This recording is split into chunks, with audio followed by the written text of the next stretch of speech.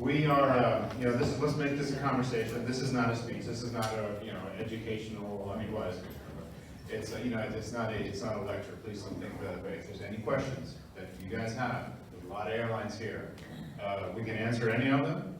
Please feel free to speak up. Stop us, if you need to, whatever. Please, let's make this interactive. It can be a lot of fun. We're going to expose some things for you guys, and see what happens afterwards. And very worst case scenario, you're going to be walking out here more educated than 99% of the population when it comes to this stuff.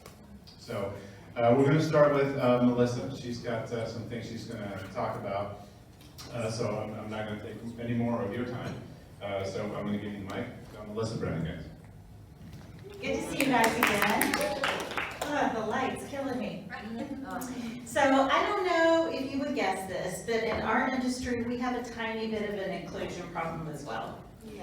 And I was really pretty naive to that because in the Dallas market, about 51% of the people in the financial services business are women. So we're very, very diversified, except when it comes to non-binary people, people of color, people who have immigrated from other countries. And so we're also looking for inclusion in our industry. So I'm so glad to be speaking to a room full of women. I think it was Beth that said to me last night, so my sister and I are in a really good place right now because currently we have really good husbands. And I was like, that is so awesome. Anybody else relate to that? I was a little bit ago married to the perfect husband, but not so much now. I know I'm kind of a unicorn. I had my first date with my husband September 1st, 1985. And so we have been together forever. And he had a dream the other night that I tried to poison him. And then he kind of side-eyed me when I made him lunch because I never cook. But I reassured him, oh, honey, if I were going to kill you, I would leave it to chance.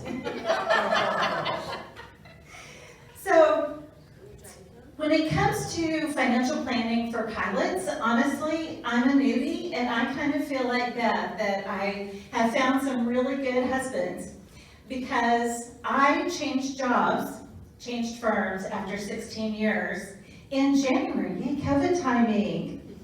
But what was really important to me was connecting with a firm that had the same values and the same commitment to, the word fiduciary gets knocked around a lot, but it can mean different things to different people in our world, to be perfectly honest. As a CFP, I'm kind of at the top of the compliance food chain because not only the investment advice I give, but any advice I give has to be for the client's best interest, cannot be for my best interest. And so it was really important for me to connect with a firm that understood that. The other thing that was really important to me was to connect to a firm that understood how to communicate effectively with clients. Because I can't tell you how many meetings I've been in with advisors of a different gender, shall we say, who like to talk in big words and like to be very verbose, and then I get a call later, okay, what did we just say? Or I've been in attorney-client meetings, and the attorney, they're famous for this, talking about the trust, and this is a generations giving transfer tax trust, and this is a revocable living trust, and the client's like, oh, I don't know what this means. So it's really important that these guys, that we're here to answer all of your questions. So although I haven't been working with pilots that long, I've been working with women a long time. Like Alex said, a lot of my client base is divorced, single, and widowed women. And I've noticed some things about working with women that are peculiar to just the women's segment. So one of the things that I've noticed is that sometimes we don't want to do it. Is anybody else like, oh my gosh, I just cannot even, I'm going to be fine? Or does anybody else have bag lady syndrome? In 20 years, Almost every woman I've worked with has bag lady syndrome, except for probably the ones who really need to worry about it.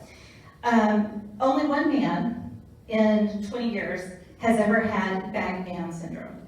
And ironically enough, he was worth $30 million. I was like, oh, sweetie, no, that's not your problem. Go buy that condo in Hawaii that you want. It's fine. Excuse me. Uh-huh. Please, Adrian, what do you mean by bag? Okay, so bag person is one of those ladies that has all of her possessions in bags and she pushes the grocery cart. Oh, Yeah. So that's one thing that prevents us. I think the other thing that prevents us as women is that sometimes we wear a lot of hats. So not only do we have our own careers, we've got families, and sometimes for women that means not only our children, but our children's children. And we have outside interest. So at some point we just say, you know what, I'm over this is too much to learn, this learning curve is too big. And then the other interesting thing that I find about women, and this applies also to some men, is that when it comes to retirement, we're so used to saving and to having these benefits that go into retirement. And then when you flip that switch and you start taking that money as distributions, that is completely foreign and it's terrifying. I get that all the time. People are terrified. So we just want to take some of the mystery out of that. These guys know the airline industry better than anybody in the country. And so if you have some question that's like gnawing at you, this is the thing that keeps me up at night, come ask us, come find one of us. We'll be here. We'll be here for the pizza party. I don't think my plane leaves at like 4:30. I think these guys leave at 5. So come find us, call the office, schedule a time to talk. We're happy to answer any questions. There's nothing that you can ask that will offend us or that we're going to be upset about, and we're not going to pass any judgment because we've probably heard all of the questions at this point. So I'll let Alex take it over. He's got a great presentation on your benefits. Thanks, Melissa. It's awesome job. Thank you. All right. How many United people do we have here? 1, 2, 3. Southwest? Okay, more Southwest. American? Americans in the house. Okay, great. So, UPS. Delta. well, okay, so what I was going to say is it's whether the plan Schwab or Fidelity. So yeah, so it's all Fidelity. I'm being completely inclusive. So, as you guys know, so Southwest and United here have Charles Schwab as their benefit plan. It's called the Pilot Retirement Account Plan. And they have a brokerage account available to them. Remember the brokerage thing? That's called the Personal Choice Retirement Account, PCRA. And then the Fidelity people have the Fidelity Pilot Retirement Account Plan. And then you have the equivalent to the PCRA, which is called the brokerage link. Now, there's all kinds of things that you can do inside those plans. They're fantastic plans. They really, really are. The question is, how do you actually take advantage of such a great plan? Because they're not common. And the thing is, you guys also make a lot of money if you are in the legacy carries like the ones we just listed, so that you can actually maximize all the benefits. But there's also a danger of kind of shooting yourself in the foot if you overdo it. Anybody know what I'm talking about? Well, there are the limits. You hit those. Yeah, those are the limits. But there's a way that they get around these limits so that they can continue giving you money because you make too much money. I mean, these are like really good problems to have, right? I mean, we're not going to cry anytime soon. But that doesn't mean you shouldn't take advantage of everything that's available to you. So, if you spill over these limits, we can go over these limits later. But basically, I think this year was it 62,500, something like that, for the 415 limits. Yeah. They cannot give you any more tax-deferred money, so they put your money into some other account. At United Airlines, for instance, called the Retiree Health Account. And that account basically is money that you can use for medical expenses, which is fine. I mean, you're getting older, you're going to need it. But if you die, your spouse gets to use it, which is not a bad thing. But the problem is when the spouse dies, It goes back to the pilots. Now, we've got all the camaraderie going here, but why do you need to give them money, you know? So why, you know, it's your money that you have earned based on your hard work, and if something happens to you and your spouse, that money gets redistributed back to the pilots. Now, again, we're all friends here, but man, maybe you can use it for yourself, or maybe keep it in the family. But to a lot of people, they probably would choose that option because it is your money. It is not something that is shared with everybody else, at least it doesn't have to be. So it's just little things like that. There's a lot of cool things that you can do and maneuver within your plan. And so we're going to talk some of that. But first we're going to, Andrew. Can I just ask a question? Okay. Yeah, no, please do. On that retirement health that I'm in, and I'm trying to spend it because I've been there a long time and Sure. have a lot in it. I think a majority is mine, but I think the company has put some into it, so it's Yes. not all my money. Yes. But still, it doesn't go on to my son, it goes to my spouse, and, you know. But if he doesn't use it, it'll then be redistributed, or if you were single and you passed away, it would then get Then redistributed. it goes back, yeah, that is a problem, so we're Right. trying to get operations and stuff. Spend the money.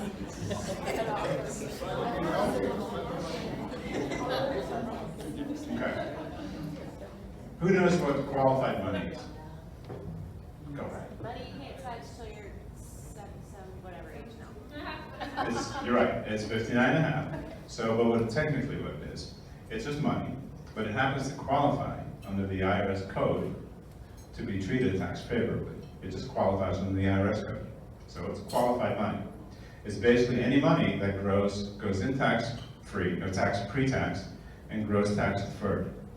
The thing about this money is when you take it out, you will be taxed at that time at what we call an ordinary income tax rate, which is the highest rate at which you can be taxed at.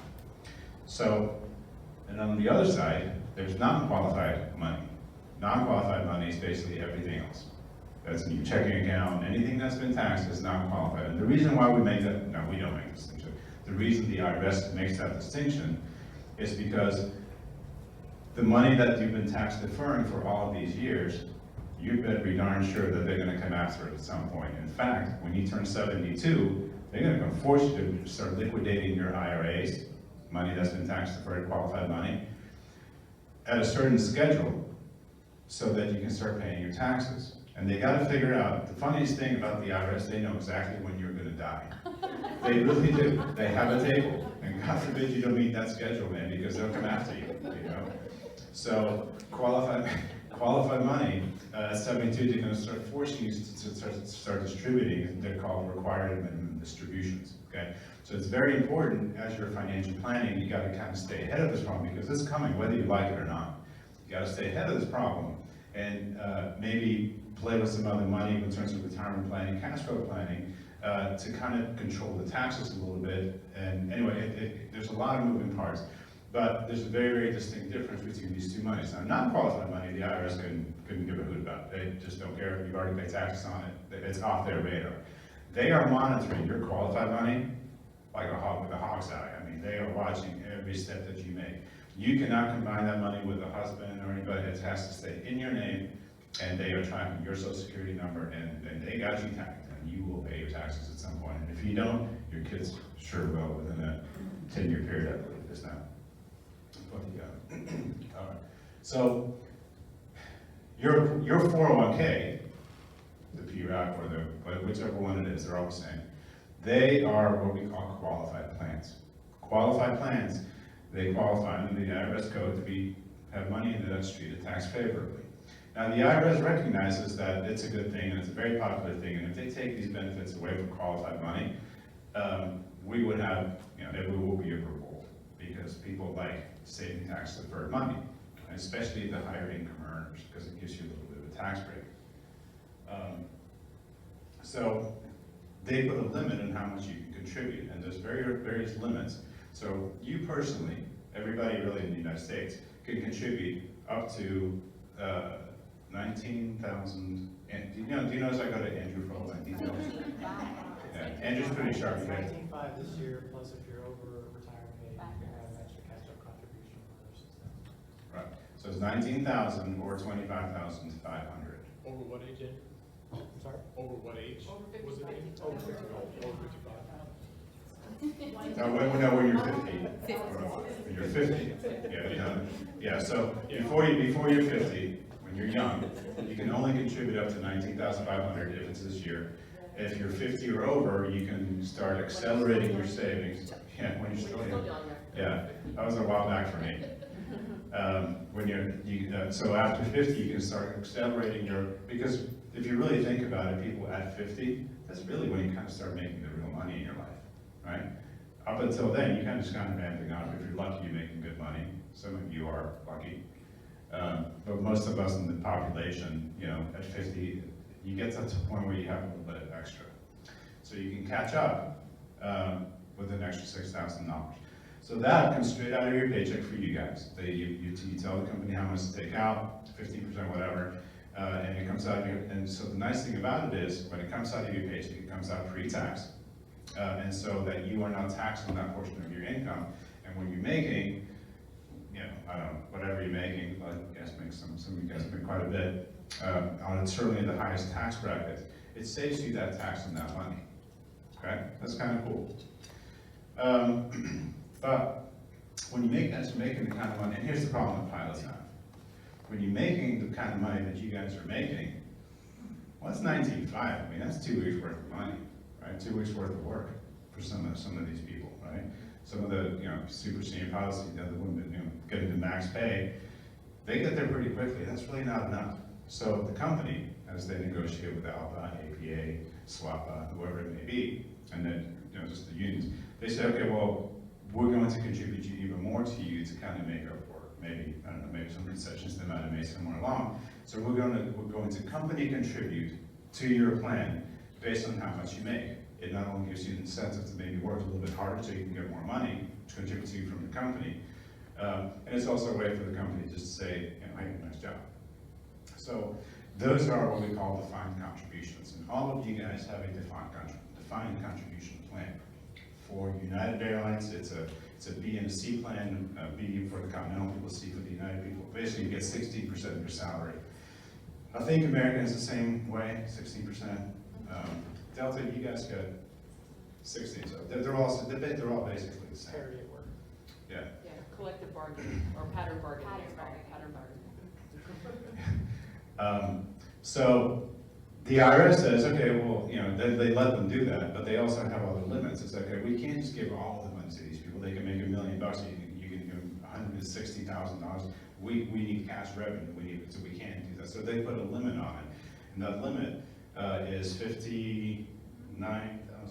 Well, 57 this year, 46,000 catch up, so 62 total. I think it's 62.5. Melissa might know this one. They're always changing. That's why it's hard to go. So, but whatever it is, you cannot contribute any more qualified money to any plan. Doesn't matter what you are, right? So that is the cutoff. That is the limit. Period. All right. Well, you guys just make more money than that, and if you don't now, I guarantee you that you will if you stay on the career path that you are. Right. So when you make more money, what happens then? Well, the IRS cuts it off. So they start contributing to that retiree health account that you have and that you're trying to spend so frivolously now, right? So it's important to figure out which kind of contributions. So the RHA account is money that you don't have control over. So it's a big contention for a lot of pilots to have this account. The money goes in there and they can only use it for medical expenses, but nothing else. You can't invest it. It actually, I don't know about Delta, but I know the other ones are actually invested in the S&P 500. I think it's a Vanguard S&P 500 fund. But that you have no choice, so it does go up and down with the market. But again, when both you and your spouse pass away, it just disappears.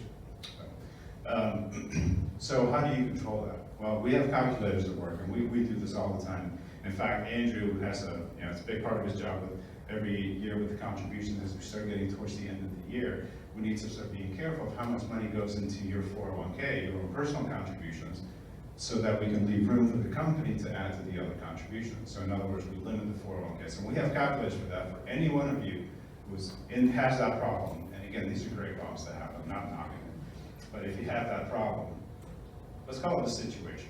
If you have that situation, give us a call and we can help you calculate that out. So that you To can, say it a different way, we reverse engineer your personal contributions Right. to match the company contributions with the projection so that you don't have spillage that you don't want into the RHA or equivalent. right. So we play the game backwards. We can't hear. Oh, sorry. Skeletons the what? So with the 415 limits Alex was describing, we basically reverse calculate based on your pay scale and number of hours fly, type of flying and all that.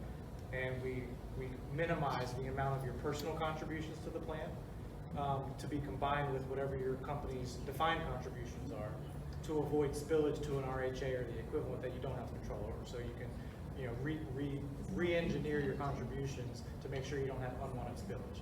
Now, if you have some spillage, in other words, if you fund something to the RHA or equivalent, that's okay, but you don't want to end up with, 400 grand that you don't have control over at the end of the day. So over the course of your career, it's an active management that we do every year as the limits change, to hit that sweet spot. What was the RHA? The health account. At United, it's called the retiree, Yeah, that's just retiree the- health account. Yeah, each plan's, it's called something different, but it's basically a health savings equivalent. Do y'all have something in American, like if you end up paying too much into your 401k, do you end up having a spillover into some other fund? No, it just cuts off like an earlier month. Yeah, their contributions stop automatically, whereas United's has spillage, but Okay. we still have the same calculation to make. Yeah. So that, if you front load all your contributions and happens to be, or too early in the year or something like that, there's a better way to repurpose those contributions later. At United, they just keep going, but they have to put them in a different type of an account to stay within the tax rules. If your spillage just comes back to you though, isn't it better to just kind of max it out at the beginning of the year so you're getting more time or whatever on that money?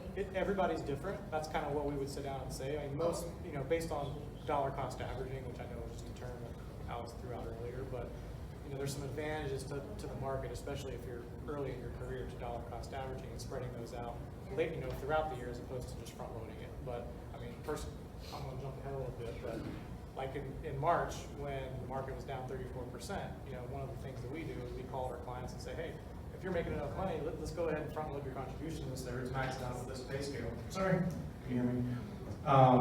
So that's the active management that we incorporate, is managing your plan with money that's in the plan as also what's outside of the plan. The real answer, it depends for everybody. Like I said, your financial status is unique as your fingerprint. You have to treat it that way. So if you're wondering, just give us a call. We'll help you figure it out. It's not difficult. You just have to know how to do it.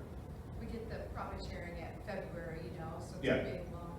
If you decide to put that in before 401k or not, those are the types of things. Yeah, you'll have an option to put it after tax, pre-tax, and all those kinds of things. And when that happens in February, welcome to give us a call before you make the election, and we can help you out with that. We have all the calculators, we have all the software to be able to do that stuff correctly, and also keep in mind everything else that's going on. So you got to look at it from a holistic standpoint. It's never just about one thing. It's always about everything, because one thing affects everything else.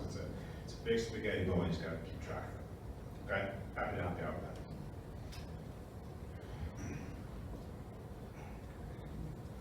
All right, this is one that a lot of people don't really fully understand as to how this works. So I'm gonna kind of open up, we're gonna have a conversation about it, and hopefully get a dialogue. Does anybody know what a Roth IRA is? Yes. Yes, sir, go ahead, what is it? Well, it's money that's been already, the tax has already been paid, and you put it into a fund, and then it's allowed to grow, tax-free. That's right. That fund. That's right. The question to you is, can you, even in your 70s, open a Roth and you have to take it out at any time? Okay, so a Roth IRA, you're jumping ahead a little bit, but I'm gonna go ahead and answer. So a Roth IRA is what we consider non-qualified money, because after tax goes into it. Right. After tax money goes into it, then it grows tax deferred. Right. So, but when you take it out, so long as you meet certain requirements, 59 and a half or older, or 5 years, you can take out the growth of that money completely tax-free. In other words, the IRS doesn't care, right? So they're not tracking your Roth IRA at all, because they're not gonna get revenue off of it. They already got it in the front, Right. okay? But the question is, should you? Because you don't have to. Oh, by the way, to answer your question, so long as you have earned income, money that you're getting from a job, Yes. you can do it. So you can put it into a Roth as long as you. Yes. So long You as have it's to have earned. earned Earn your money. Yeah, not like annuity income or anything like that, but it has to be earned, and like you have to go and get a job, Yeah. right? You have to, it has to be a W-2 type of wage. It can't be a 1099. Yeah, it could be No, yeah, that's earned income, right? Yeah, absolutely. So long as you've earned it, you can put it in. And then your age doesn't matter because the IRS doesn't care, because they get paid at the front, right? But should you, right? And do you know, and have you ever thought about, by the way, who contributes to it? Anybody? Yeah, right? A lot of people. Are you talking about your 401k or IRAs? I don't know. Either one's the I don't same. know. Well, you can't use Roth 401 or Roth IRAs anymore, or Right. Because you make too much money. Okay. You're right. So when you get to a certain point, you get phased out of any benefit that all that kind of stuff has. But you can in your 401k. yes, Roth. Right. Yeah. Okay. So the question is, should you, when you have other types of contributions available to you? And if you do, why are you? And if not, why not? Right? The thing is, with all these types of benefits that you have, what's important is that when you make the contributions, that you do the math all the way through. And the thing with investors, and not just pilots, just investors, when they do the, you're right. Yeah, that's a pretty understatement. It's pretty smooth though, the week. When they try to figure this thing out, usually they stop the math where they like the math. They don't necessarily do the math all the way through because it's comfortable, and because people are not really quite sure if they're making the right decision or not. So people stop the math where they like the math, not necessarily where the math needs to stop, correctly. So it really all depends on how much money you make. Okay. So if you have a qualified contribution, which is a pre-tax contribution, let's say you got $100,000, right? And or whatever, $10,000, and you want to put that money into a qualified account. That $10,000 from the get-go is going to start growing tax deferred, so compounding a little bit faster than regular money. And so by the time that you start taking it out, let's say 20 years from now, it will have grown to whatever it has grown. All right. Now take that same $10,000 and invest it into a Roth IRA with you thinking, okay, I'm going to get some tax-free money. Maybe you are, that's true, but does it really make sense to do that? So think about it. Who's in the 37% tax bracket here? Which is the highest? Yeah, exactly, right? And if you're not now, you probably will be soon. You're well on your way. I know the COVID thing is it's going to go away. So, but the point is, you need to understand what you're doing because it's going to affect you at some point if you continue to become a professional pilot, because that's just the way the contracts are written. It's just a matter of fact. So you take that same $10,000. Let's use a 20% tax rate. You put it in, $8,000 gets invested. All right. So while the $10,000 just keeps going, with the Roth contribution, you have to make up. You haven't. First of all, you have to give up 20% of your money that you're going to put in. So from a mathematical standpoint, you really need to make about 24% just to get back up to $10,000. Right? So think about the math. If you have $100,000, you lose 10%. It's $90,000. If you gain 10% back, you're only at 99. Right? So you need to actually make more than you gave up just to get back up to even, so you can start competing with the qualified contribution. Right? So from a growth standpoint and an effectiveness standpoint, in terms of investment efficiency, when you're in the higher tax bracket, it's much more effective to do qualified contributions because you don't have to start from a deficit. Okay? Put yourself in a 37% tax bracket, you gotta make like 43% just to get back to even. Do you know how long that's gonna take you in the market? Right? A long time, especially if you're older and retired, or getting close to retirement, you can't afford to put all your money in NVIDIA or Amazon or Apple, whatever. Right? So it's a fine line between whether it's an investment efficient thing to do from a retirement standpoint and a growth efficiency. Right? A lot of pilots think that they're getting away. I'm going to get money tax free. Yeah, you are, sure. After you make 43%, just to get back to even, and then you start getting a benefit, and then it's got to grow for it to become a benefit. Right? So you got to think about all that stuff when you do it. So whether Roth or not, it's completely up to you. But if you have the choice between qualified contributions and non-qualified contributions, I would go for the qualified contributions because you're going to make more money in the end. more money just makes more money in the market, period. Everybody knows that. So don't shoot yourself in the foot thinking that you're gonna get a benefit. In my opinion, Melissa, you may disagree. The only reason why the Roth IRA exists, especially for higher income earners, is because the IRS needs tax revenue.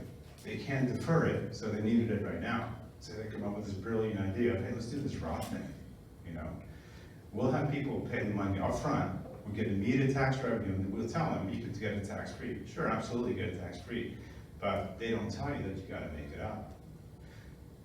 The best part that they came up with for themselves is back in whenever it was, you say, hey, you know what, guys? You can take that IRA and you can convert it to a Roth.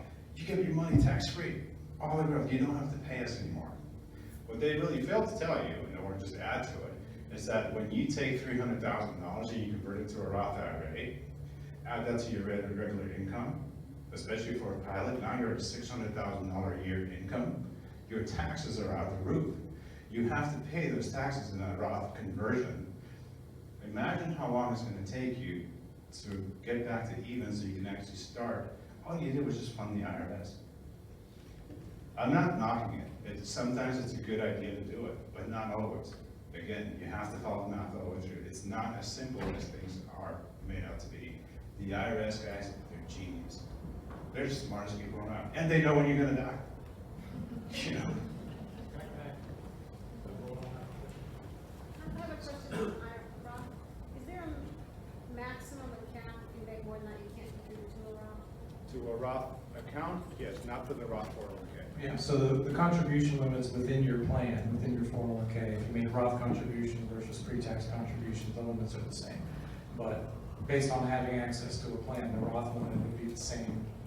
Because you have access to a plan, you don't really get an additional benefit beyond the regular contribution limit to a Roth.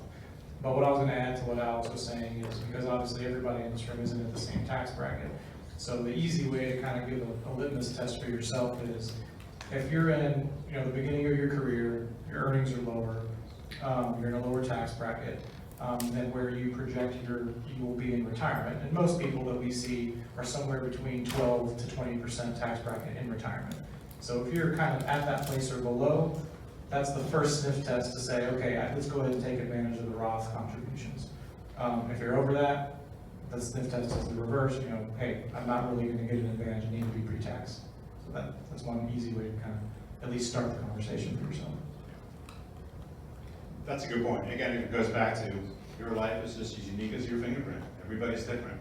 But there's some basic rules and basic know-how that you need to have to see whether it makes sense for you. We can help you make sense of that.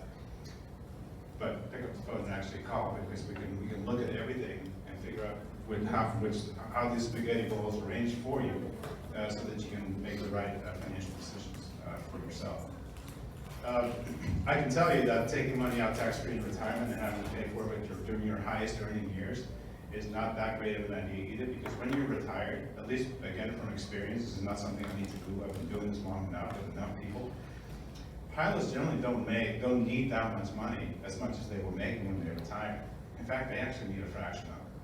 They're just because they have PBGC or they have a pension, whatever the situation. You guys at UPS, you got a heck of a pension going. FedEx, I know that. Geez, $10,000 a month plus Social Security. So your worst case scenario is like $13,000 a month. I mean, that's pretty good, right? So everybody's a little bit different. But if you don't have any of that and you just have money, your tax bracket is usually lower in retirement, at least for pilots, and just from my own experience, it's lower in retirement. So not paying the taxes today when you're making all the money, the most money that you've ever made, and also the highest tax bracket, getting the tax break now and paying it later on when you're in a lower tax bracket usually makes a lot more sense. At least you have control over it. Yeah, and you have control, exactly. Yes, ma'am. Back to her question, I know the 62.5 is the max of the combined 415 things, but is Roth part of the 415, like that 62.5 number we were talking about earlier? Or can I, if I have an extra 100,000, can I put it into a Roth? No. But your all Roth accounts. your Roth limits for an IRA are the same as the traditional IRA limits, and so those adjust a little bit every year. So if you are above the income limit that prohibits you from contributing to a Roth, you can always make an after-tax contribution to a traditional IRA and convert it to a Roth, which may be what you're thinking about. And then when you do that, you keep all the investment income and capital gains that would normally be in a taxable non-qualified account. You keep that from hitting your 1040. See, that's complicated stuff I know nothing about. That's why you handle my money. Thank you. I have business cards there, feel free to use them. I mean, No, seriously, it is, it's like a foreign complicated. language. It's complicated as heck, and nobody knows this stuff. And if they think that they know it, they only know part of it, and they don't know enough to actually know how it all works together. It's not a pilot thing, it's just a general population thing. People just don't know. She almost confused me, and I know quite a bit of this stuff, you know? Let's talk about the next one. Was that the next one? Yep. Okay, you're left. Okay, so this is a big one that we've seen. Every one of you guys does it. APA promotes it, APA promotes it, they promote it like crazy. SWAPA promotes it, I mean, they're going on about this thing. You need to have these life insurance, it's the best thing in the world. So, does anybody know, first of all, most of you I know participate just from experience. Does anybody know what these life insurance policies are that you guys are investing in, that the union, promotes so much? What's that? An annuity? It's not an annuity. It could be, but in this case it's not. Okay. I don't know, you die, somebody gets your money, whatever the policy was worth. And when you leave the employment of that company, you don't get it anymore unless you want to go buy it. You can convert it to your own and you can bring it with you, correct? Right, exactly. Okay, so the nice thing about the insurance policies, and this is a positive that they have, is that it's guaranteed insurability, okay? So if you can even have like pancreatic cancer, you can buy insurance, and I don't want you to, but God forbid something ever happens to you, go buy some of that insurance, because it's guaranteed. There is no underwriting requirement for you whatsoever. That's a great thing. I don't have that privilege. I'm paying for insurance like crazy because, I want to make sure that I'm healthy when I get underwritten for it. You guys don't have that problem, right? But the problem that you guys do have, which is not really a problem, is that you're generally very healthy, okay? So having guaranteed insurability and paying extra for that risk is not really to your benefit that much, okay? So what these policies are, they're guaranteed variable universal life policies. Anybody ever heard of anything like that? GVUL, right? That's a permanent insurance policy. The other type of insurance is a term policy.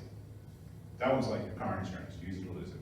You buy it, it's got nothing to do, it's very simple, it's just insurance, you pay for it, whatever you qualify for, this is outside of the plan. The premiums are low for a fixed period of time, let's say 25, 30 years, and it's cheap, and it's just insurance. The other type of insurance policies that you guys have access to are not really quite that simple. There's a lot to them. You guys pay roughly about $200-300 a month to this policy. Now, I don't know exactly, but just on average, that's what we've seen, okay? Here's what these policies actually are. Permanent insurance is designed to be actually permanent, and the way they become permanent is this. You have a term policy inside of a kind of a cash wrapper, right? It has a cash account and a term policy associated with it. So the term policy is just like a regular term. It's a little bit different in that it's actually an ART, an annual renewable term. If you've noticed on your insurance premiums, they're going up every single year because the older that you get, your insurance is also becoming more and more expensive. But even if the premiums stay the same, the cost of the insurance Is inside of going your up. plan is getting more expensive. That's So exactly. you're getting less contributed to your cash value and Right. more to the insurance costs. So, yeah. So if your insurance cost inside of your plan, let's say it's $100 a month, you are putting in $300 a month. Well, you're not really paying for the insurance. What you're doing is you're putting money into this cash bucket that they have that pays you a certain amount of interest. And the theory is, the concept is, and I don't think I've ever seen anybody that's ever gotten to this point. The theory is that you put enough money in this cash bucket so that the interest that it pays is enough to sustain the premiums that are constantly increasing on the other side. So once you get to the point where that cash, that term insurance policy is self-sustaining by virtue of the interest rate that the cash value is earning, then it becomes permanent because you don't have to make any more premiums. You're done. The cash value it's like a jet engine. Until you cut off the fuel, it's going to keep going. Right? The problem is, permanent life insurance policies are designed for estate planning primarily. So when you have an estate planning problem, and estate planning problems are usually tax problems, you solve those tax problems by virtue of insurance money, because insurance money comes to you tax-free, and so I don't want to get into estate planning, it's a little more complicated, but the only real reason to buy a permanent life insurance policy is if you have an estate tax problem. Do you guys know what it requires to have an estate tax problem? Millions. I have no idea. 5 million, you need to be worth about $12 million. Wow. Right? Who in this room needs to have an estate plan created by us? Exactly. Now, whoever that is, let's go to the bar and buy drinks.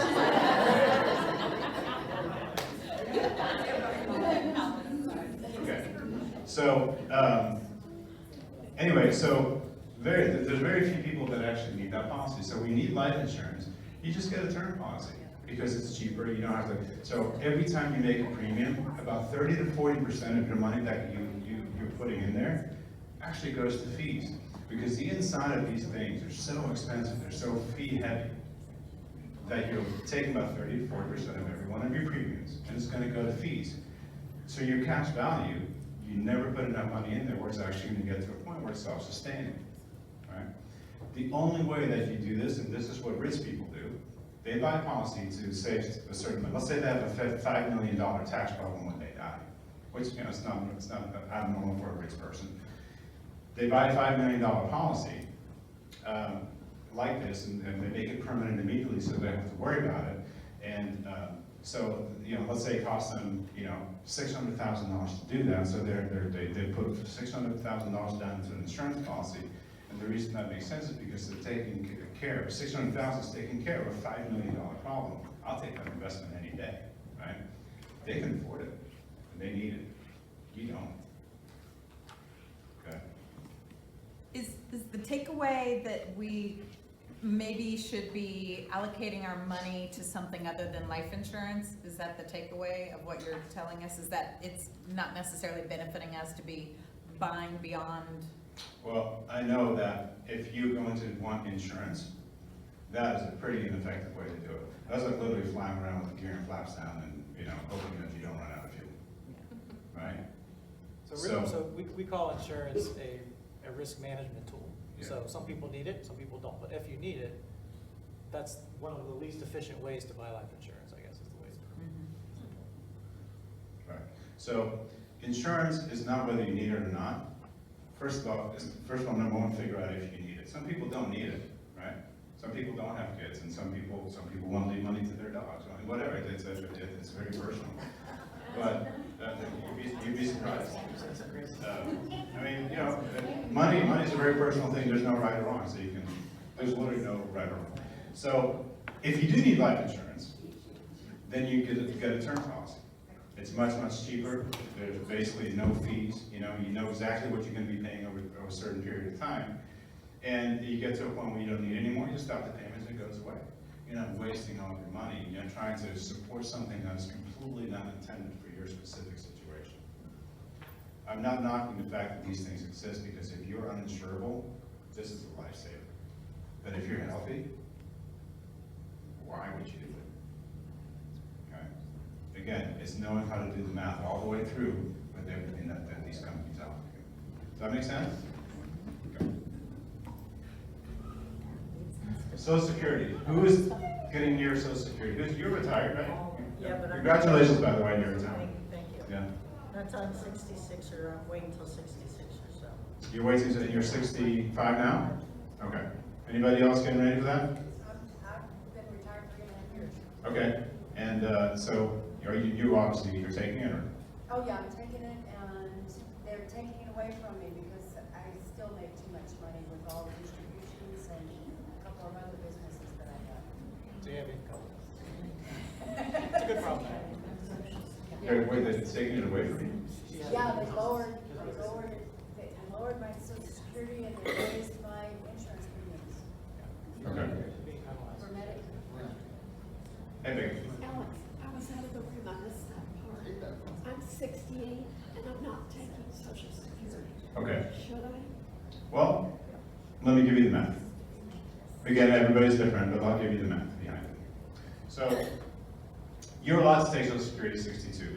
The average payment for Social Security at 62 is, usually for pilots, is about $1,800 a month. Okay? You have another option of 66, and you have another option of 70, and really anywhere in between. Okay? Let's just assume, for the conversation, that you're not working after retiring at 65, because you're penalized for Social Security for working until you hit full retirement age. So let's just assume that you're not working, and you know, you're just going to start taking the payments. Okay. Let's say that you retire early. Let's take one of these early outs, right? And you're 62. Okay. And you go to Social Security and they say, okay, you got this much money that you can get now, but if you wait, we'll increase your payments by 8% every single year that you wait. That's the sales pitch that they have. And I'll call it a sales pitch because it literally is. 8%. Okay, great. Well, that sounds like a hell of a deal. I'm a pilot. I'm a financial genius, right? I do. It's an oxymoron. Sometimes I'll just throw a joke, and I don't know if it's appropriate or not.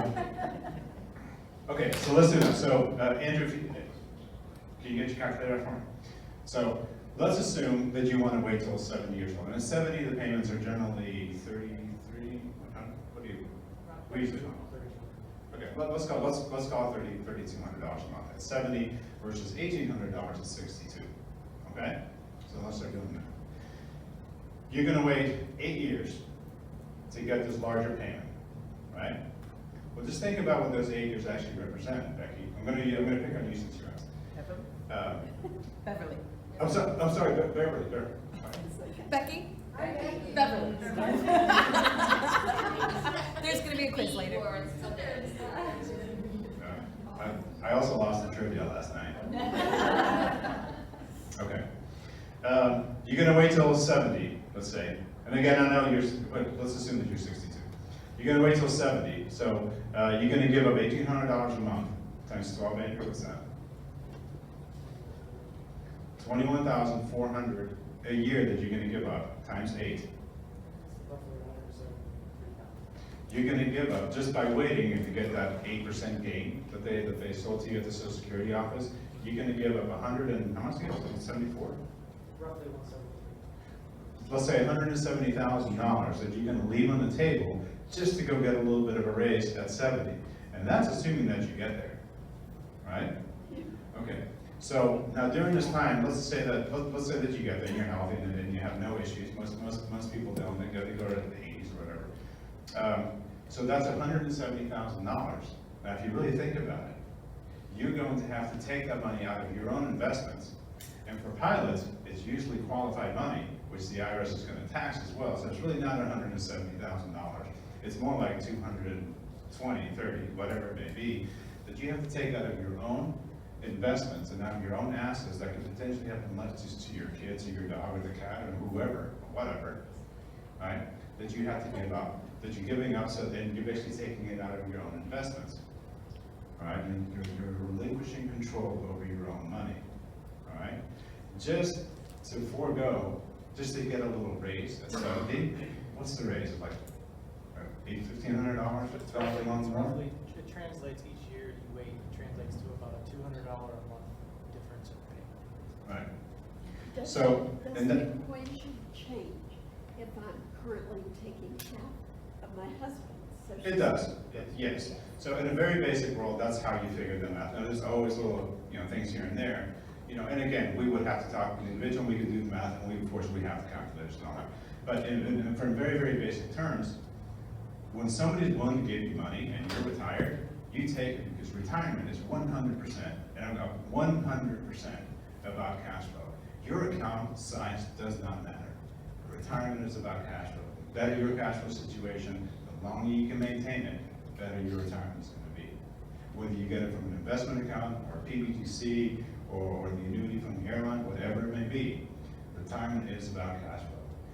The more cash flow you have, the less money you have to spend of your own to live your lifestyle. So when somebody wants to give you money, you bet you take it and run. Absolutely, 100% of the time. I'll argue with anybody over there. As long as you don't have earned income. That's a big deal. As long as you don't have earned income. Yeah. That's a big deal.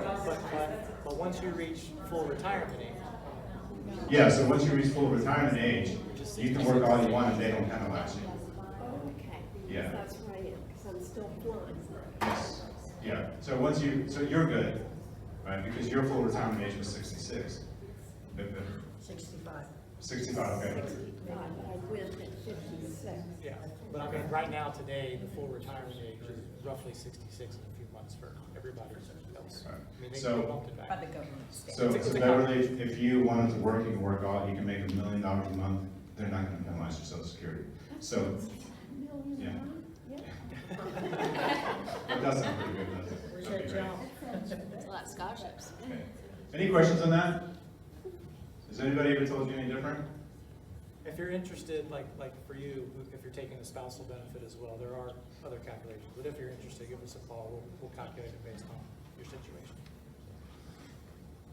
If your Yes, sir. spouse is getting social security and Yeah. you're earning still money, does that get taxed even if he or she? Well, it's based on your own personal income. So, I mean, if your wife is, they're not gonna penalize your wife because of your working. I don't think so, right?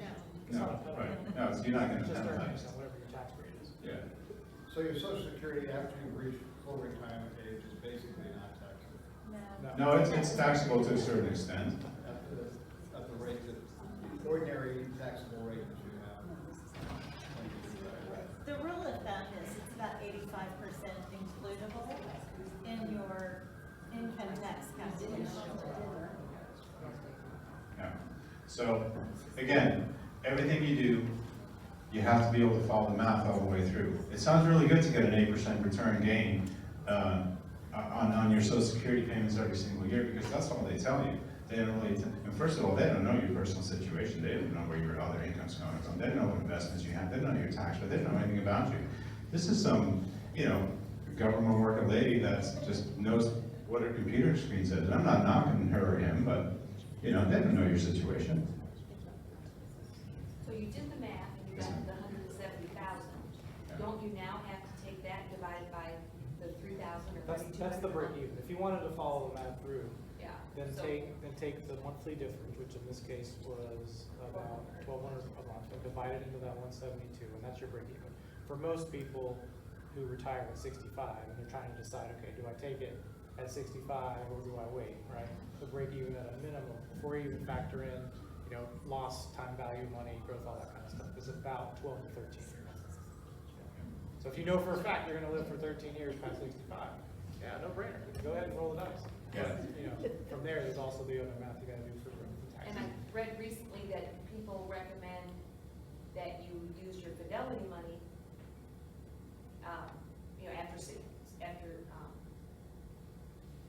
first, and wait to get the higher amount, 3,200 or whatever, at 67. Why would you fund the IRS with taxes that you don't Yeah. need to, So, Read that twice, two different See, spots. one thing too, just as a, sorry, I got you, is a lot of CPAs, I'm not knocking CPAs, they have a role, but they manage from tax return to tax return. They're not really financial planners. So if they're looking at the bottom line for the 2020 tax year, their answer most likely will be very different than what is sustainable from a financial planning standpoint to make your assets last as long as possible. Because that's a lot of comments from CPAs are engineered around. I think I read it doing something. AARP too. Yeah, well, again. and another great lady is Susie Warren. A lot of people listen to her, Yeah, I mean, she's very smart. But you know what, she can't give advice to the general population of the United States. How does she know interpersonal situations? She doesn't. She just gives blanket recommendations. She's great, very smart. I love her. I think she's awesome. She gives good, like, oh, I should think about that. But as far as personal individual advice, really? Did she call you personally and say, you know, you need to do this? No, of course not. Right? You can't just take information just because you hear it. You have to learn or know, or at least find somebody who can help you apply it to your own personal situation, because it's a spaghetti one, it's a complicated one, and there's a lot of cost and meat in there, and a lot of things to get through. Somebody has to help you figure it out. Or you can take all the time that you need to read up on it, but you know, we got airplane supply, it's more fun. We had a question back here. Yes, yes, ma'am. I get slightly confused in comparing us versus regular people because we are DOT, and I don't know where we count in that as airline people. My husband's DOT, he was air traffic controller, so he's already retired. He retired at the age of 52, Right. and so I get confused as to like whether he should start taking Social Security or can he take Social Security? Does he have to wait till he's 66? And it just gets all confusing because of DOT. Well, I have to look at the actual DOT. I mean, the ATC, they get an annuity, they can retire early, from what I understand, right? They have to. Yeah, they get the government annuity. They have he has a TSP. Yes. TSP, thrift savings plan. But, I mean, Social Security-wise, I don't think the rules really change. Okay. Right? But again, when it comes to you and your husband, you have to look at the whole big picture and figure out what makes sense to do. And then there's games you can play, I mean, there's things that you can do, but they're not right for everyone. So you can't make a blanket statement, say, this is what you need to do. Again, I'm going to show you later on, we're almost there actually, about how to like structure cash flow, how to cash flow portfolios and things like that, how to create a real cash flow strategy for yourself. And that includes everything, but it's kind of still an overview. They're great questions, but there's Yeah. a spousal benefit to consider too. Yeah. So, But again, give us a call, we're happy to talk to you about it. You know, that's what we're here, that's what we do. That's what I'm here. Everybody knows Social Security? Quick question. Yeah. Some of us should plan to not have Social Security. yeah, you and Yeah. me, we're in the same boat, so. You know, I'm kind of wondering, So where's $8,000 investment every year? Well, it's not, you can't even call it an investment. yeah. No, Yeah, you're just burning it. I'm kind of with you, you know. I'm 25, I've just had a really rough life.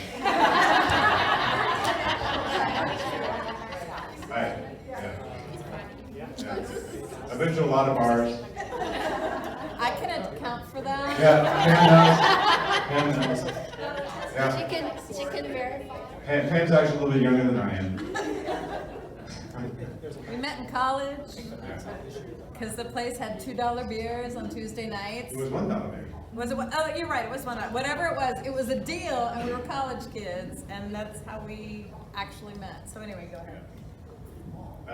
So yeah, you know, I personally, I'm not counting on mine. You know, it's probably will be there, but for you, yeah, I mean, I'm screwed. who knows? I'll keep paying for you guys. Thanks, Andrew. Right. Then, you know, they'll find us somewhere. This is a big one. Nobody knows what this is about. This is one of the biggest things that's going to hit us for the rest of our lifetimes. Does anybody know why we put interest rates up here? Because they go up and down? They do go up and down. That's all they do. In fact, they don't do anything else but go up and down. It's the rate at which they do.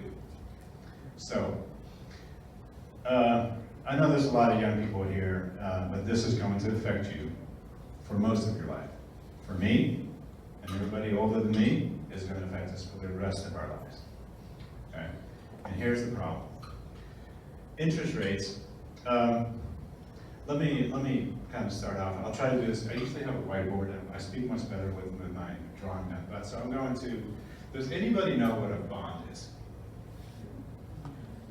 Yeah? Did you say anything? Oh, I thought I heard you. Anybody have any idea? I have a sense of it. Okay.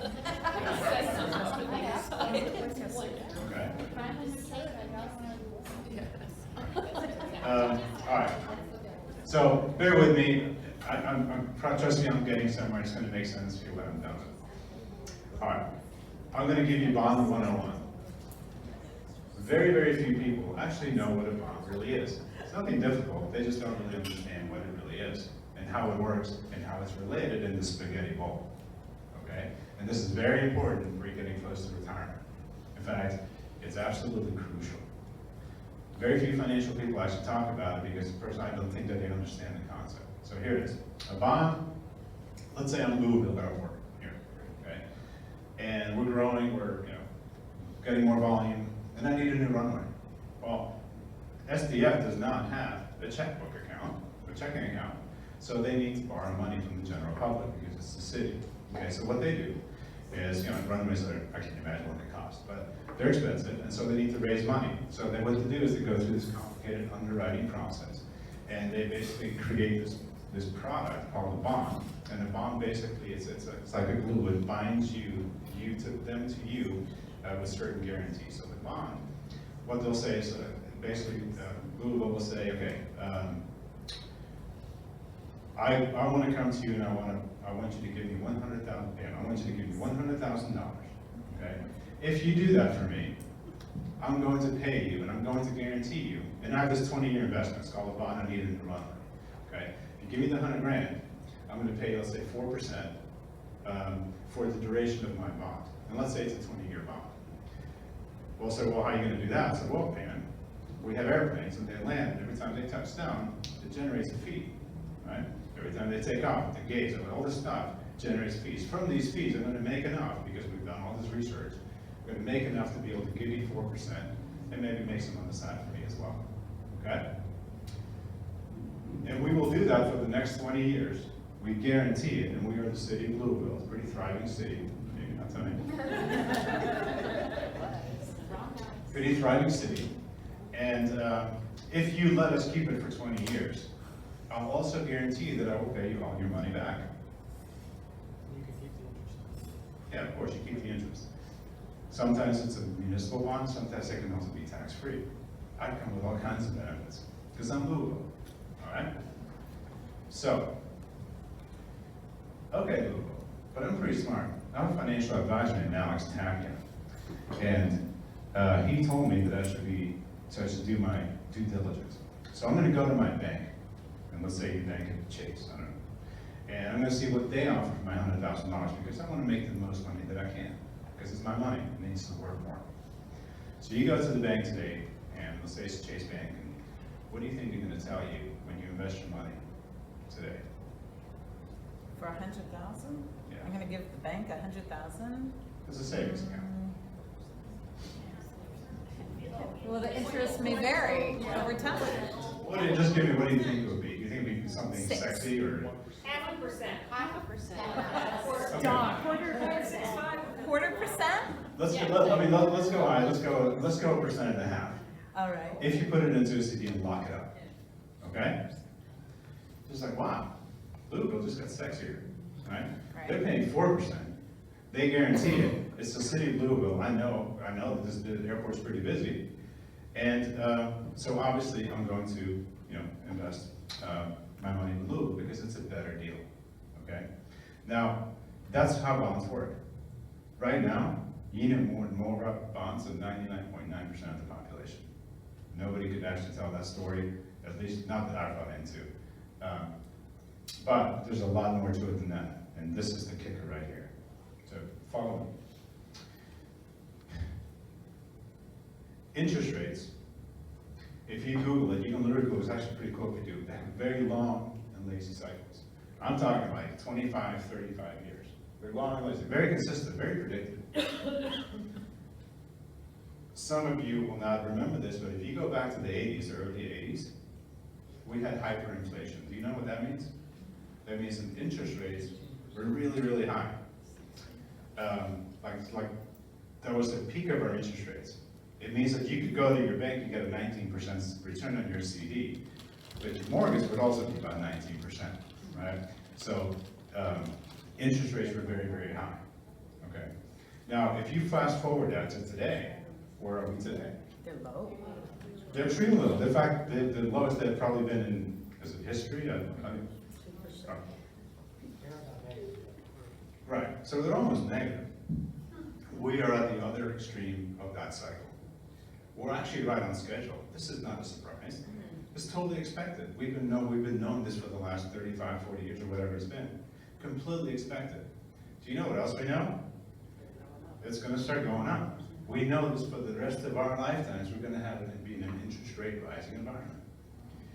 It is so crucial to your retirement income, because your retirement income, even if you have an annuity, that annuity is going to become less and less valuable over time. For the rest of your lifetime, that annuity is you're going to be in a declining value investment, whatever you want to call it. Okay? So, interest rates are not that good of a deal. So now you're retired. Now, how do you make money? Well, you invest in the stock market. But when you're retired, you can't really afford to take that much risk because you can't afford to lose it because guess what, especially pilots, you're done at 65. You can't go back to work and make that kind of money, right? So the way you mitigate risk in a portfolio is by introducing what we call fixed income. And fixed income is bonds because bonds pay guaranteed money, right? We introduce bonds into an equation so that it reduces the stability of the volatility of your portfolio. Now, why is that important? So, here's a teeter-totter, okay? Interest rates go up and down. Okay, now stop there. Interest rates go up and down. Now, because I'm pretty sexy for you today, because I pay 4% as opposed to the one whatever we decided, right? The bond is actually a tradable instrument in the open market. You can actually day trade with bonds. You can buy them and sell them, all kinds of stuff. It happens in Chicago, I believe. So, if I'm so attractive, guess what I'm going to be trading at? I'm going to be trading at a premium. I'm going to be the most expensive that I've been in the last 35 years. Make sense? Wow. So bonds, if I am, if I buy my bond and the most expensive it's been in the last 35 years, and if this is the only way that I'm going to mitigate some volatility in my portfolio, well, by holding on to the bonds as interest rates go up, I've just now bought an investment that is the most expensive it's been, and the only thing I can guarantee, I can literally guarantee you, that it's going to be going down in value because interest rates are going to go up. Okay?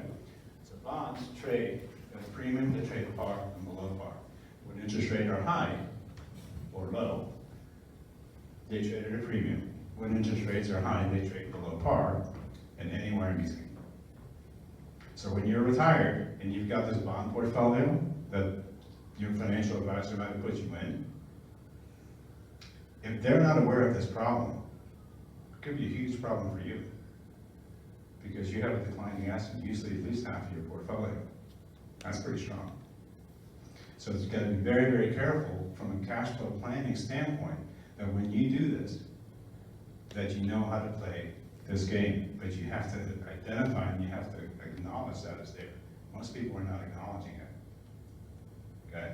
There's a way to play this game. It's a duration game that we play. It's a little more complicated to explain today, but there is a way that you can bypass this problem. But it's a huge problem, and it's going to affect all of us for the rest of our, well, most of us for the rest of our lifetime.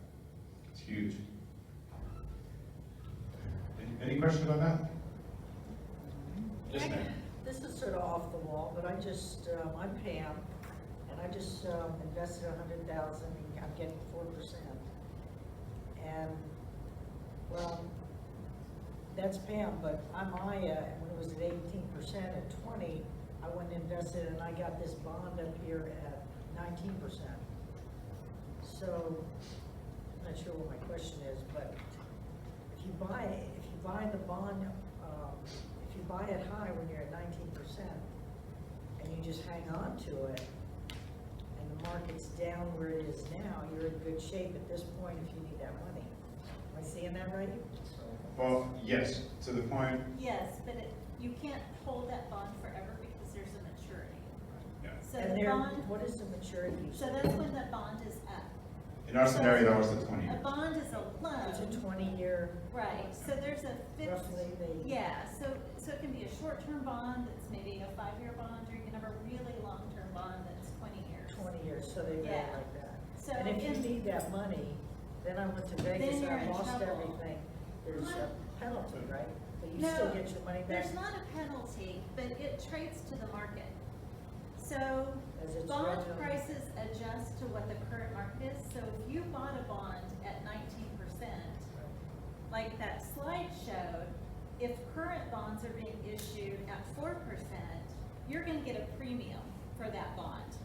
If you get rid of the debt. Right. Yeah. But if it works the other way, But that's if you your bond gamble, is yeah. issued lower than what the current market is, then your price is gonna go down. Right. Yeah. And there's another Inverse level. relationship. There's another level to that as well. If you're retired, you're using your money. Maybe you can't hang on to it for 20 years.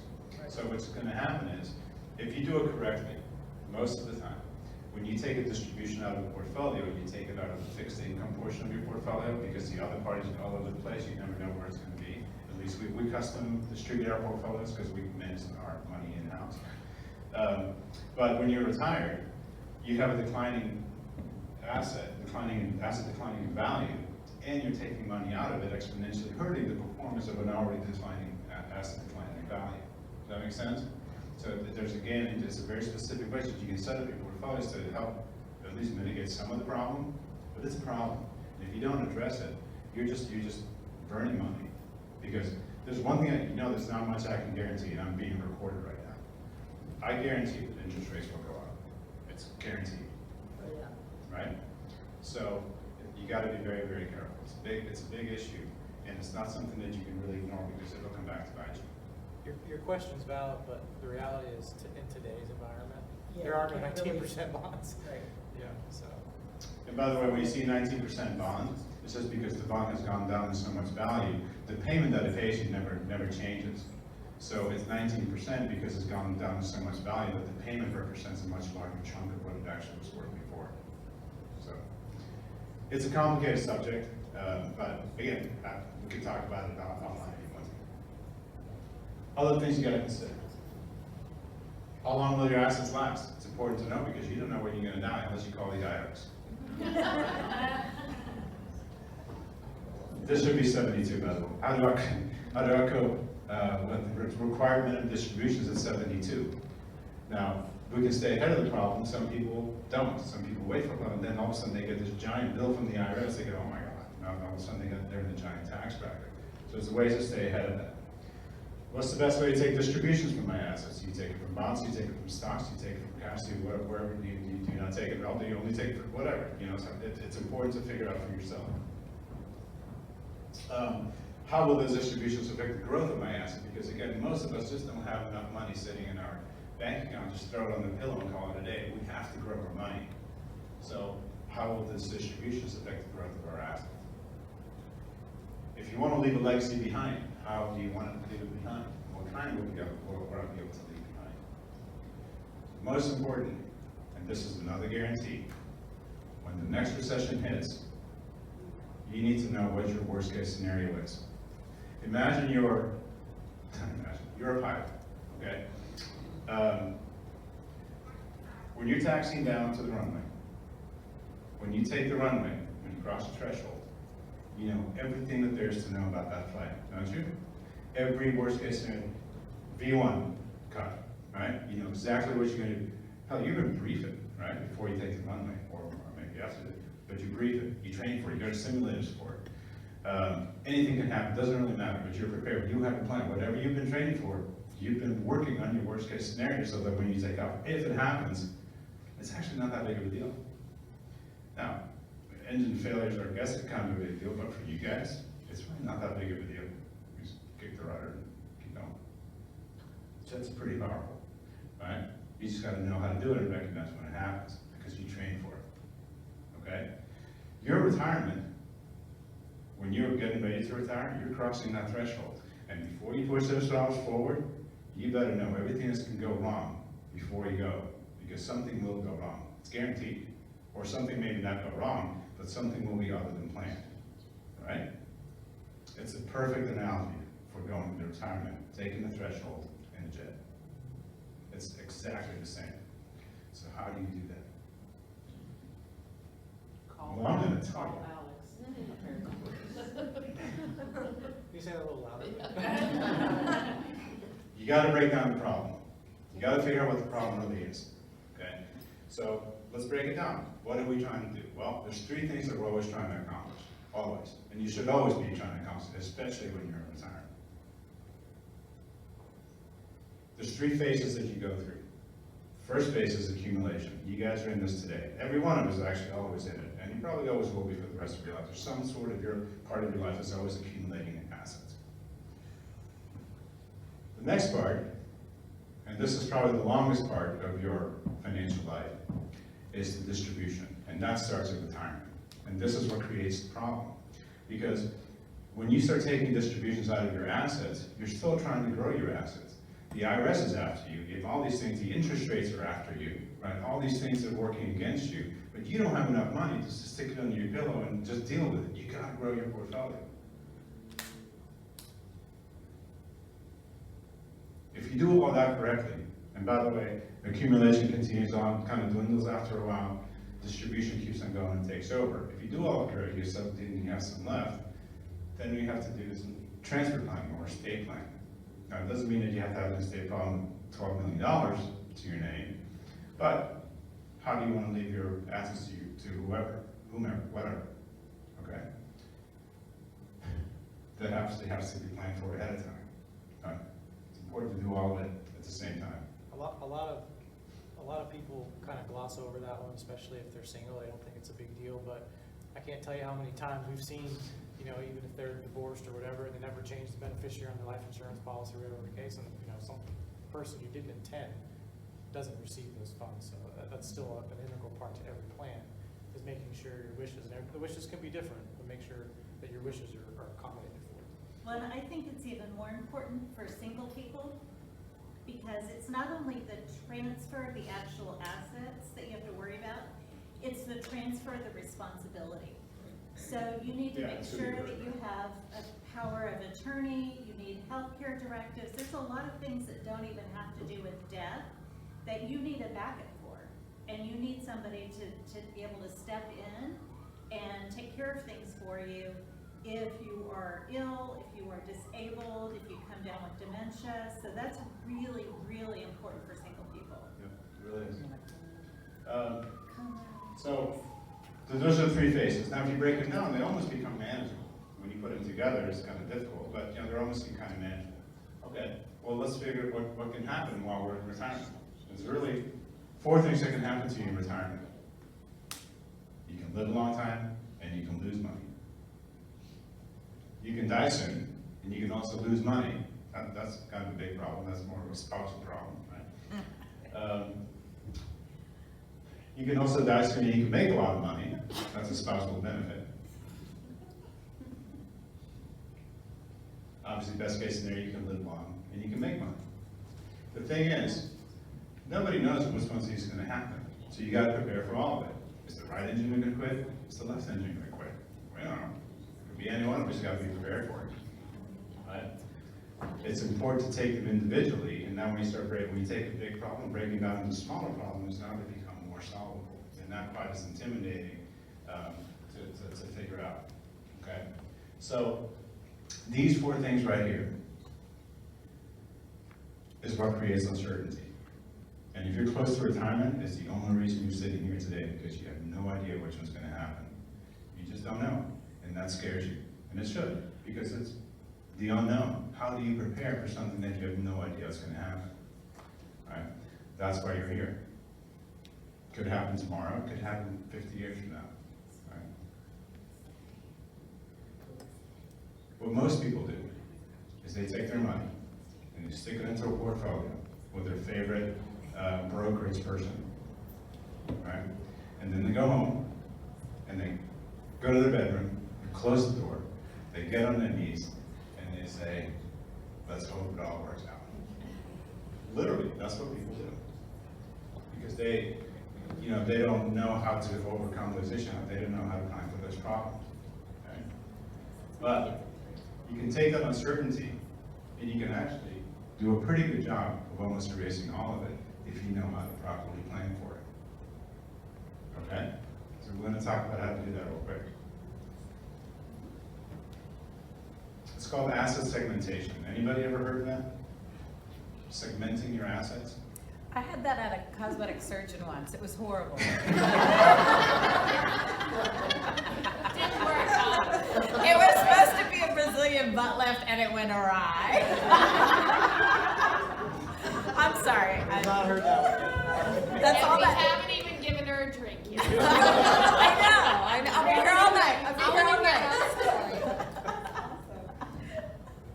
Asset segmentation. It's not Pam's asset segmentation. We're still in the financial world, Pam.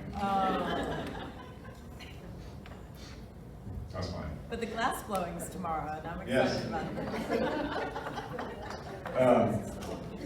Asset segmentation is a technique that professional planners use to take care of some of these problems that we just talked about. There are ways to, I mean, you can't obviously predict, nobody predicts the future, but just like when you're flight planning, you call dispatch and you try to figure out how to get out in a storm or whatever you may be doing, okay, there are ways to kind of take care of some of these issues in the best way that we know how, given the current conditions, whatever's happening at the time. And it's different all the time. And these are techniques also that are constantly evolving. They're very dynamic. It's a constant upkeep. Okay? Now,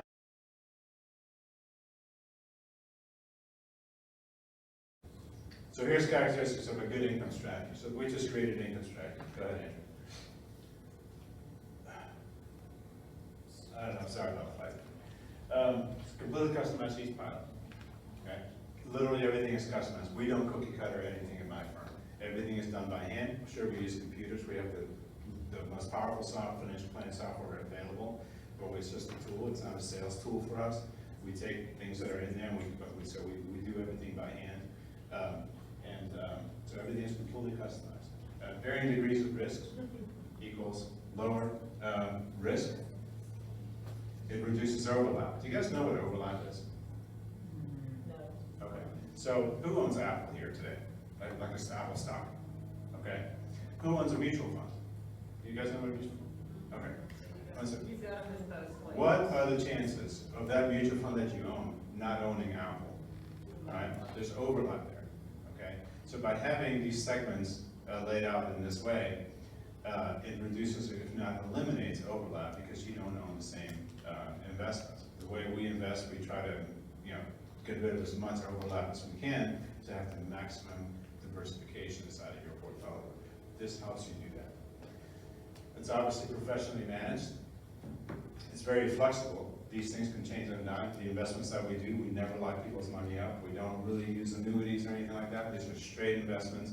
If we need to use things like that, there has to be a very specific reason, but we always try to maintain your portfolio as liquid and as available as possible because things do happen.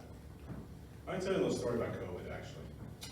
What we did, because COVID was one of those times where, as an investor, if you stayed on it, it's one of the only time, probably the only time in my career, where something happens, and you know exactly what's going to happen next. That's like never happens. It's like you literally have a window into the future. So basically what we did with our revamping of all of our stuff here, our portfolios, we completely revamped the portfolios. We have totally different holdings today than we did back in January. So, let me think back. So China closed down sometime in January, something like that, right? Okay. So you think about China for a second. China is a huge consumer of oil. A giant. It's a giant country.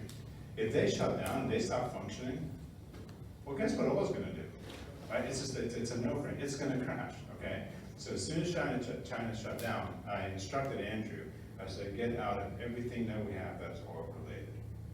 The bonus that we got on that one is that we didn't know that Saudi Arabia and Russia were going to start an oil war, which even further tanked it even further. So we saved quite a bit of return just on that move alone. If you really thought about it, it was natural that was going to happen.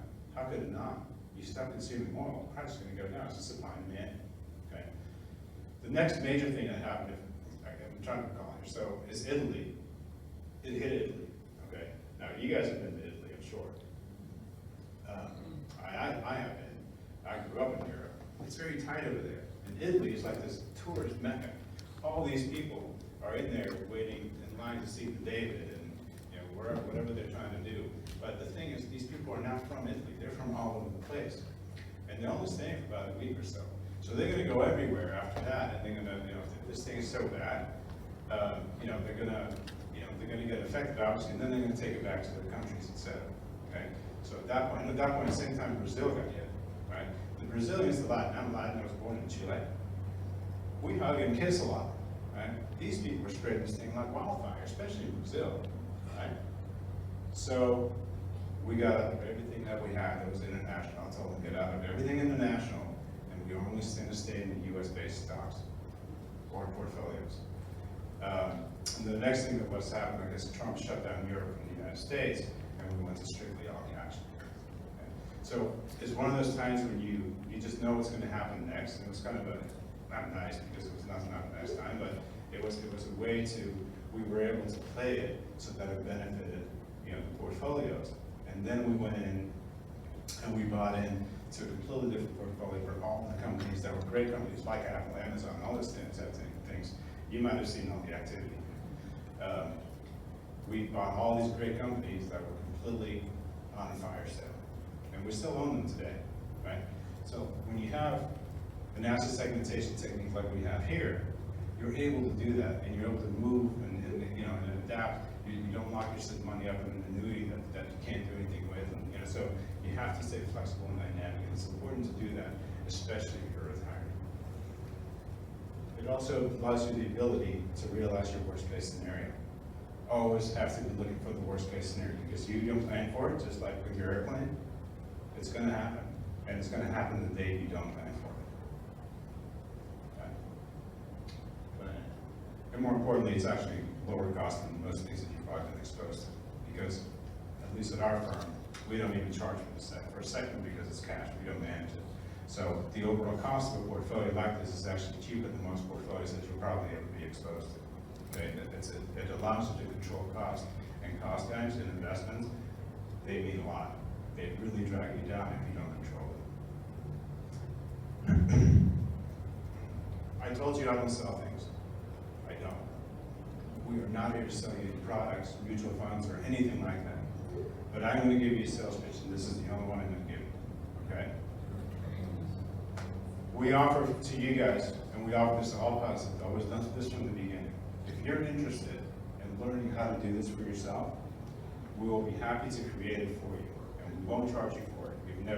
We are fee-based planners, but I've never and never will charge pilots to figure this out. So if you're interested in learning how this could, young or old, doesn't matter. If you're interested in seeing how this could work for you and how it could look for you, done properly, without the alternative, alternate, motivation of trying to sell you something, we'll be happy to do it for you, create it for you. With absolutely no charge. It takes a lot of our time. It's not easy to do this, but we're offering that to you guys and everybody here. You're welcome to it. We're happy to do it. I just need 3 things from you guys in order to give it to you for free. Okay? Number 1, I need all of your data, every single bit of it. I need all of your financials, no matter what it is. I need it exposed. Okay? I want to know everything about your financial data, period. You got to give me all of it. Give me the tools to do the job. If you are married, I don't talk to you alone. We always talk to your spouse as well. We always talk together. If you're married, we're assuming this is a joint venture. We don't talk to you unless your spouse is present. If we start down this path, and if you say, okay, I want to do that, if we start, then we go all the way through to the end. Get me to the point where I can actually show you what we can do. If you give me those 3 things, this is worth about $5,000 worth of my time, or our time, okay? And if you get to the end, you say, you know what, this is for me, we'll shake hands and go have a beer. It's no big deal. But if you give me those 3 things, I can show you how you can organize your financial life the way you're supposed to, without the bias of trying to sell you something, or working with somebody who's trying to tell me that I need to sell you certain things like that. And that's what happens most of the time. So that's my sales pitch to you guys. If you want it, we're here. We're going to be here all night long. We're going to have a drink and stuff. But if you want to take advantage, we're here. We're happy to do it. And that's it. So we're here to answer any questions. We appreciate your time. I know it's a lot of information. Yes, ma'am. What I'm confused, at the end of 1, 2, 3, if we we stay with you, I mean, it seems like there's gotta be a cost here somewhere. There is. If I bring everything with you, I stay with you, and I stay with you to the end. I'm saying to the end of the analyzation, or the end of my life. It's a forever commitment. The end of what? I mean, Together forever. because let's say I live to be 90 like my mother, and then I'm 65, and I go for that 25 years, if I get my math right. Okay, so, we're never committed, and that's a bilateral, agreement. We're not committed to you, you're not committed to us. So what we do is, we go through this process, and if you say, well, you know, these guys seem like they know what they're doing, and you wanna invest with us, we'll be happy to do it. We'll do everything in our part that we can so that you won't change your mind, but of course, you always can change your mind, it happens, and it's just a part of life. I mean, we're not committing you to anything. And in fact, the little deal that I just made you guys, there's no paperwork to sign, it's actually a handshake, and if you can't agree on the handshake, we're not gonna have a long-term relationship anyway. So, it's a voluntary thing, and, you know, we're gonna. What he meant- If I don't go, if I Yeah, go what he with meant you, it's was- 5,000, but if I stay with you, then it's free. Except there's gotta be. No, we don't charge you at all. Not for the planning. The Yeah. investments, we charge about 1% for portfolios, to It's manage about portfolios. 1%. But That was- everybody's different. I mean, some portfolios are less than 1%, you know, all in, like plans, right? Some are more if you need protections or things like that. But the planning process is no charge. If we have a proposal for you, we're gonna give you a couple options. You know, we're gonna give you option A, here's one way to skin the cat, it may cost this, here's the pros and cons of this option. You know, we'll show you option B, it's like a buffet, right? Pros and cons, same thing. And you'll know what those costs are for yourself at the end. You can make an educated decision on, hey, you know, this is something I wanna move forward on. I'd like ARS to be my advisor moving forward, or if not, that's what Alex was referring. It's just on a handshake, you know, we'll go So our it's separate roughly ways. 1% on all these, is there like? So a if you have $1 million, max? if your fee is just rounded off, let's say 1%, if you have $1 million, it will cost you about $10,000 a year. Well, it will cost you $10,000 a year. To give you an idea of Could it comparison. could it be more, 2 or 3%, or is it gonna be around 1%? It's never gonna be that. Because- Well, it's, on average, what it ends up being is actually 1.1%. Yeah. So, now if you want to do different things, I mean, there's different products that cost different things, but our basic, you know, portfolio, that's our default. It's basically stocks, exchange traded funds. We try not to use mutual funds because there's a lot of fees associated with those. So it's 1.1%, that's pretty much all in. Our investments usually don't have any internal cost. To give you an idea, on average, at Schwab, like the core side, not the brokerage link part of it, on the core side, you're getting charged about 1.5% in fees on the internal holdings that they have. That's the part that you don't see, but that's what you're paying now if you're there. If you have a mutual fund portfolio with, you know, Edward Jones or E-Trade or whatever, dimensional funds, whatever those groups are, and you get a whole portfolio made out of mutual funds, each one of those mutual funds is going to charge an average about 1%. That's on top of the fee that they're charging you to manage it. Investment is very, very expensive. There is no doubt about it. We are not a charity company. We make money. We're a profitable company. But we can make it so that you don't have to pay those added expenses that a lot of people are paying when you don't have to, because we don't make any more money than just our fee. A mutual fund can charge you 10%, but we don't see that. We just charge a fee to manage money. So why put that drag on your portfolio when it's in our best interest to grow your portfolio? Because if I charge you 1% today on $1 million, if I go to 2, I'm still going to charge you 1% on 2. I just double my salary. Yeah.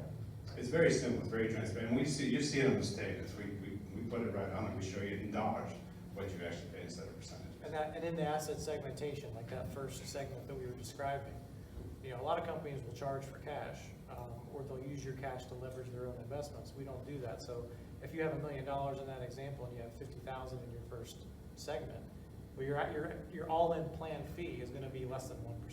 So that's what I was describing. We're just going to give you, you know, the intelligent information you need to know what, number one, what you're paying for, and two, what you're getting for it. You can make a decision on which option works for you.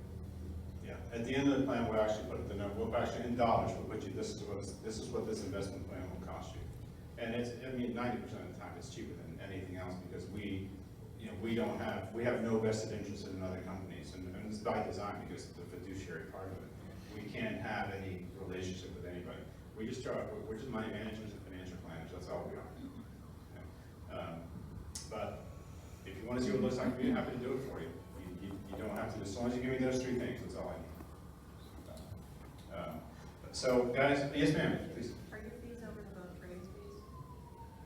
Well, our trading fees, there's some we don't have control over, and we try to use investments that are stocks and exchange traded funds that don't have trading fees associated with them.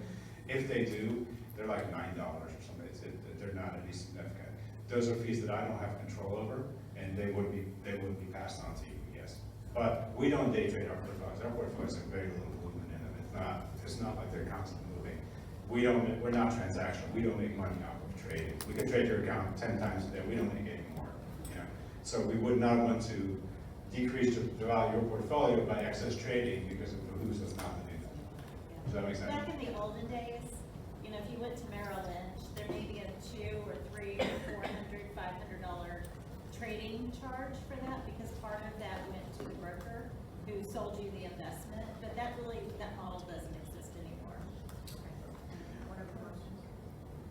Are you allowed to advise on 401k? Yes, in fact, we are the official. Who do you work for Southwest?